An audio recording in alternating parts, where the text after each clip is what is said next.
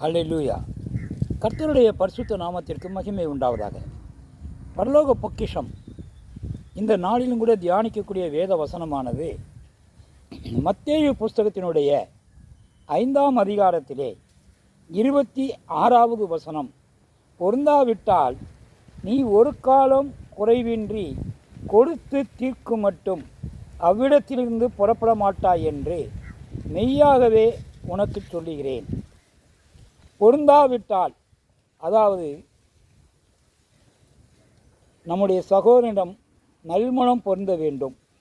அப்படி நல்மணம் பொருந்தாவிட்டால் அந்த சகோதரனிடத்தில் நீ வைத்திருக்கின்ற குறைகளை தீர்க்கும் மட்டும் நீ அவ்விடத்திலிருந்து புறப்பட மாட்டாய் என்று மெய்யாகவே உனக்கு சொல்லுகிறேன். பொதுவாக பாவ மன்னிப்பு என்று தேவனிடத்திலிருந்து ஒன்று கிடைத்தால்தான் நாம் தேவனுடைய ராஜ்யத்திலே சென்று அடைய முடியும். எல்லாருக்கும் பாவ மன்னிப்பு கிடைப்பதில்லை. அப்படி என்றால் யாருக்கு பாவ மன்னிப்பு கிடைக்கும்?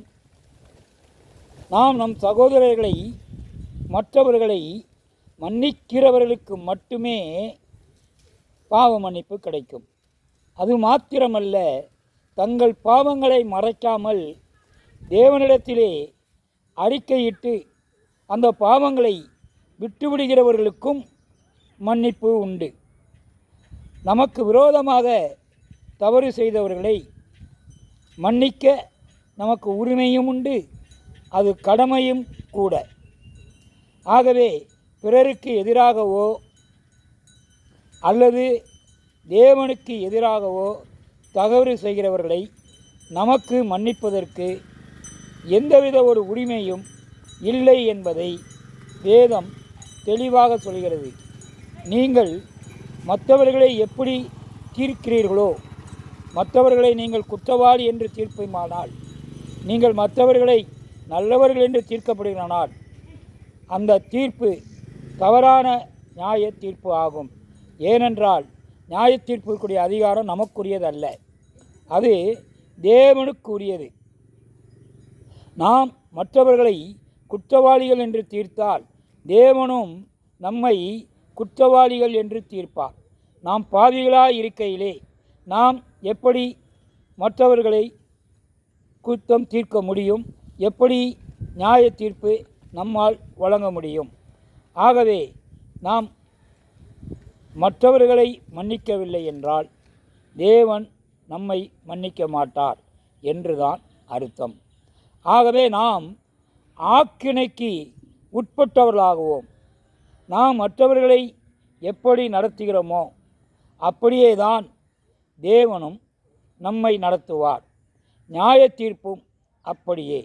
நாம் மற்றவர்களின் மீது இரக்கம் காட்டுவோமானால் அந்த அளவுக்கு தேவன் நம்மீது இறங்குவார் என்பதை லூக்கா புஸ்தகம் 6ஆம் அதிகாரம் 38ஆம் வசனம் சொல்லுகிறது. கொடுங்கள், அப்பொழுது உங்களுக்கு கொடுக்கப்படும். அமுக்கி குலுக்கி சரிந்து விழும்படி நன்றாய் அளந்து உங்கள் மடியிலே போடுவார்கள். நீங்கள் எந்த அளவிலே அளக்கிறீர்களோ அந்த அளவினால் உங்களுக்கும் அளக்கப்படும் என்றார். ஆகவே தேவனுடைய கரம் என்றைக்குமே குறுகிய கரம் அல்ல. அவர் நிறைவானவர், நியாயமானவர். மனிதனைப் போல கஞ்சன் அல்ல மனிதனைப் போல முகத்தை பார்த்து அழைக்கிறவர் அல்ல, இருதயத்தை பார்த்து குடிக்கிறவர். நம்முடைய வீணான வார்த்தைகளுக்கெல்லாம், நம்முடைய செய்கைகளுக்கெல்லாம், இவை ஒவ்வொன்றுக்கும் நிச்சயமாக அவருடைய நியாய தீர்ப்பிலே நமக்கு கணக்கு கொடுக்க வேண்டும் என்பதை உணர்ந்து நியாய தீர்ப்பின் நாளில் தேவனுடைய சமூகத்திலே இரக்கம் பெறுகிற வகையிலே நாம் இன்றைக்கு நம்மை தேவனுடைய சமூகத்திலே அர்ப்பணிப்போம். கர்த்தர் தாமே தொடர்ந்து நம்மை அந்த கணக்கு தீர்க்கப்படுவதை குறித்தும் நமக்கு பாவ மன்னிப்பு அளிப்பதை குறித்தும் 11ஆம் மார்க் புஸ்தகம் 11ஆம் அதிகாரத்திலே 25ஆம் வசனம் சொல்கிறது. நீங்கள் நின்று ஜெபம் பண்ணும்போது ஒருவரின் பேரில் உங்களுக்கு யாதொரு குறை இருக்குமானால் பரலோகத்தில் இருக்கிற உங்கள் பிதா உங்கள் தப்பிதங்களை உங்களுக்கு மன்னிக்கும்படி அந்த குறையை அவனுக்கு மன்னியுங்கள். நீங்கள் மன்னியாது இருப்பீர்களானால் பரலோகத்தில் இருக்கிற உங்கள் பிதாவும் உங்கள் தப்பிதங்களை மன்னியாது இருப்பார் என்றும் நாம் இவைகளை குறித்து கணக்கு ஒப்புவிக்க வேண்டும் என்பதை மார்க் புஸ்தகத்தில் 12ஆம் அதிகாரத்தில் 6வது வசனம் நமக்கு சொல்லுகிறது, மனுஷர் பேசும் வீணான வார்த்தைகள் யாவையும் குறித்த நியாய தீர்ப்பு நாளிலே கணக்கு ஒப்புவிக்க வேண்டும் என்று உங்களுக்கு சொல்லுகிறேன். ஆகவே நாம் தேவனிடத்திலே கணக்கு ஒப்புவிக்கிறவர்களாக இருக்க வேண்டும். நாம் மற்றவர்கள் மீது மன்னிப்பு காட்டி இரக்கம் காட்டினால் தேவன் அந்த நியாய தீர்ப்பு நாளிலே நம் மீதும் இரக்கம் காட்டுவார். அதற்காக இன்றைக்கு நாம் அர்ப்பணிப்போம். தேவன் தாமே நம்மை ஆசீர்வதிப்பாராக. ஆகவே சகோதரனோடு கூட நாம் நல்மனம் பொருந்த வேண்டும்.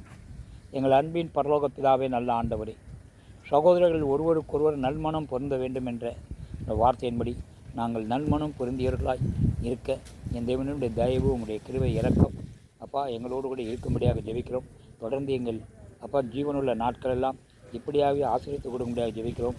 துதிகனம் மகிமை யாவும் உமக்கு ஒருவருக்கே செலுத்துகிறோம். எங்கள் ஜெபங்கெளுங்கள் நல்ல பிதாவே. ஆமென். அல்லேலூயா. ஸ்தோத்திரம்.